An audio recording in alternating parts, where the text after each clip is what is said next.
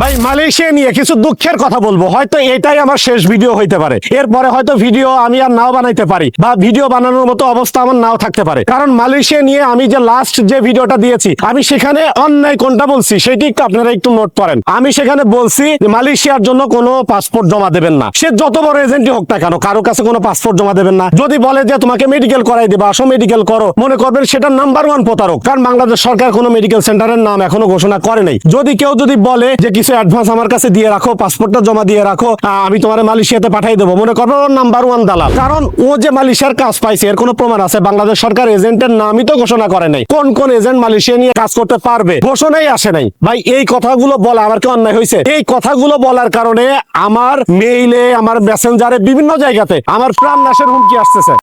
আমি বিদেশে থাকি, বিদেশের মাটি থেকে আমাকে হেনস্থা করবে। তাদের অনেক লোকজন এই দেশে আছে, হেনস্থা করবে। তারা আমাকে বাংলাদেশে ঢুকতে দেবে না, বাংলাদেশে গেলে আমাকে মেরে ফেলবে। এই ধরনের বিভিন্ন প্রাণ নাশের হুমকি আসতেছে। বাংলাদেশ স্বরাষ্ট্র মন্ত্রণালয়, তারপরে প্রবাসী কল্যাণ মন্ত্রণালয়ের দৃষ্টি আকর্ষণ করতেছি যে দেখেন এই ধরনের হুমকি। আমি আপনাদের পক্ষে কথা বলেছি, বাংলাদেশ সরকারের পক্ষে কথা বলেছি। আমি বলেছি আমরা বাংলাদেশ সরকারের ঊর্ধ্বে কেউই না। বাংলাদেশ সরকার মালয়েশিয়ার সাথে ডিল করতেছে। প্রবাসী কল্যাণ মন্ত্রী বারবার মালয়েশিয়া সফর করেছেন, তাদের সাথে কথা হচ্ছে। মূল আলোচনাটা হচ্ছে বাংলাদেশ সরকার আর মালয়েশিয়ার মধ্যে। সিদ্ধান্ত দেবে মালয়েশিয়া এবং বাংলাদেশ। কোন এজেন্ট কি সিদ্ধান্ত দিতে পারে? কোন এজেন্ট কি নিজে থেকে বলতে পারে যে আমি মালয়েশিয়ার কাজ পেয়েছি, আসো মেডিকেল করো, আমার কাছে পাসপোর্ট জমা দাও? ওই এজেন্টের নামই তো ঘোষণা হয়নি। এজেন্টদেরও তো একটা লিস্ট দেওয়া হবে, সেই লিস্টের মধ্যে ওই এজেন্টের নাম আছে কিনা সেটা দেখা লাগবে না? সরকারি একটা রেট আছে, সেই রেটটা কত আমরা কি কেউ এটা জানি? মেডিকেল সেন্টার গুলোর একটা লিস্ট বাংলাদেশ সরকার থেকে দেওয়া হবে, প্রবাসী কল্যাণ মন্ত্রণালয় থেকে দেওয়া হবে। সেই লিস্ট কি আপনারা কেউ পাইছেন? কেউ পাইলে আমার একটু দিয়েন তো, আমি তো দেখি নাই ভাই। এরকম কোন ঘোষণা বাংলাদেশ সরকারের পক্ষ থেকে আসে নাই ভাই। এইটা বলা আমার অপরাধ হয়েছে, এটার জন্য আমাকে মেরে ফেলবে ভাই।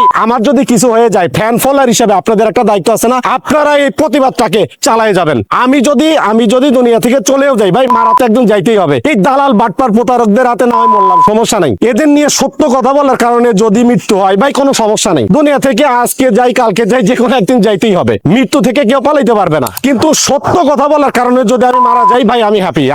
আমার কোনো কষ্ট নাই। আমার হয়ে প্রতিবাদটা আপনারা চালায় যাবেন কিনা কমেন্টে একটু জানাবেন। আর একটা বিষয় আপনাদেরকে বলে রাখি, একটা আছে প্রাতিষ্ঠানিক দালাল, একটা আছে ব্যক্তি দালাল। প্রাতিষ্ঠানিক দালালরা হয়তো একটু লুকায় টুকায় করে, অনেকের আরএল আছে, রিক্রুটিং লাইসেন্স আছে। যদি সরাসরি করতে চায় তাহলে হয়তো ওদের আরএল এর এগেইনস্টে মামলা হয়ে যেতে পারে। ভাই এবারকার বিষয়টা টোটালি ডিফারেন্ট ভাই। এরা ঘোষণা দিয়ে প্রতারণা করতেছে ভাই। সরাসরি রিক্রুটিং লাইসেন্স আছে, বড় এজেন্সি, এরা জেলায় জেলায় এজেন্ট নিয়োগ দিচ্ছে। এরা পাসপোর্ট জমা দেওয়ার জন্য বলতেছে ভাই। এরা প্রকাশ্যে এগুলো করতেছে। এদের শক্তির উৎসটা কি?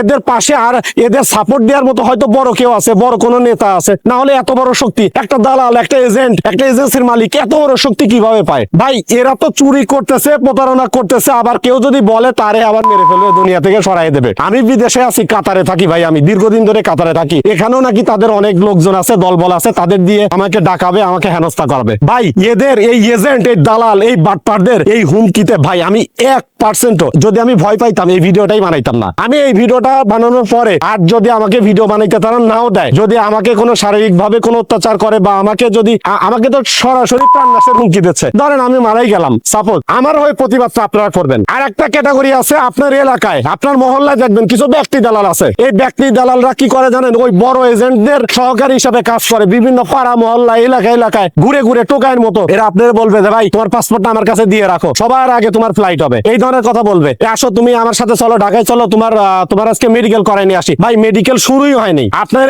ভুংসুং দিয়ে এক জায়গায় নিয়ে যাবে, আপনার মন বোঝানোর জন্য আপনার পাসপোর্টটা আগে নেবে আপনার কাছ থেকে, আপনাকে মেডিকেল করাবে। ভাই এই মেডিকেলের কোনো দাম নাই। মালয়েশিয়ার জন্য যে মেডিকেল, সেই মেডিকেল সেন্টার কোনগুলো আপনারা কি নাম জানেন? সেই ঘোষণা আসবে, তারপরে মেডিকেল করতে হবে ভাই। এখন মেডিকেল করায় পাসপোর্টটা আপনার কাছে নিয়ে আপনাদের জিম্মি করবে তারা, যাতে আপনি ছুটে না যান। মানে ক্লায়েন্ট গুলোকে জিম্মি করে রাখতেছে। পাসপোর্ট গুলো, আপনার পাসপোর্ট যদি এক জায়গায় জমা দিয়ে রাখেন, আপনার মন চাইলেও তো ভালো কোনো মাধ্যম পাইলেও আপনি সেখানে আর যাইতে পারবেন না, আপনার পাসপোর্টই তারা ফেরত দেবে না। ভাই এই সত্য কথাগুলো তুলে ধরার জন্য যদি আমাকে দুনিয়া থেকে চলে যেতে হয়, আমি একবারও চিন্তা করবো না। কিন্তু আমার হয়ে এই প্রতিবাদগুলো আপনারা চালিয়ে যাবেন যদি আমি আর ভিডিও বানাইতে না পারি। আপনারা রাজি আছেন কিনা কমেন্টে জানাবেন। আর এই ভিডিওটা আমার জন্য না, সারা বাংলাদেশের মানুষের জন্য বেশি বেশি করে শেয়ার করবেন। বেশি বেশি করে শেয়ার করে সবার মাঝে এটাকে ছড়াই দেবেন, জনস্বার্থে ছড়াই দেবেন। আমার জন্য শেয়ার করতে বলতেছি না, বাংলাদেশের মানুষের জন্য এটা শেয়ার করবেন।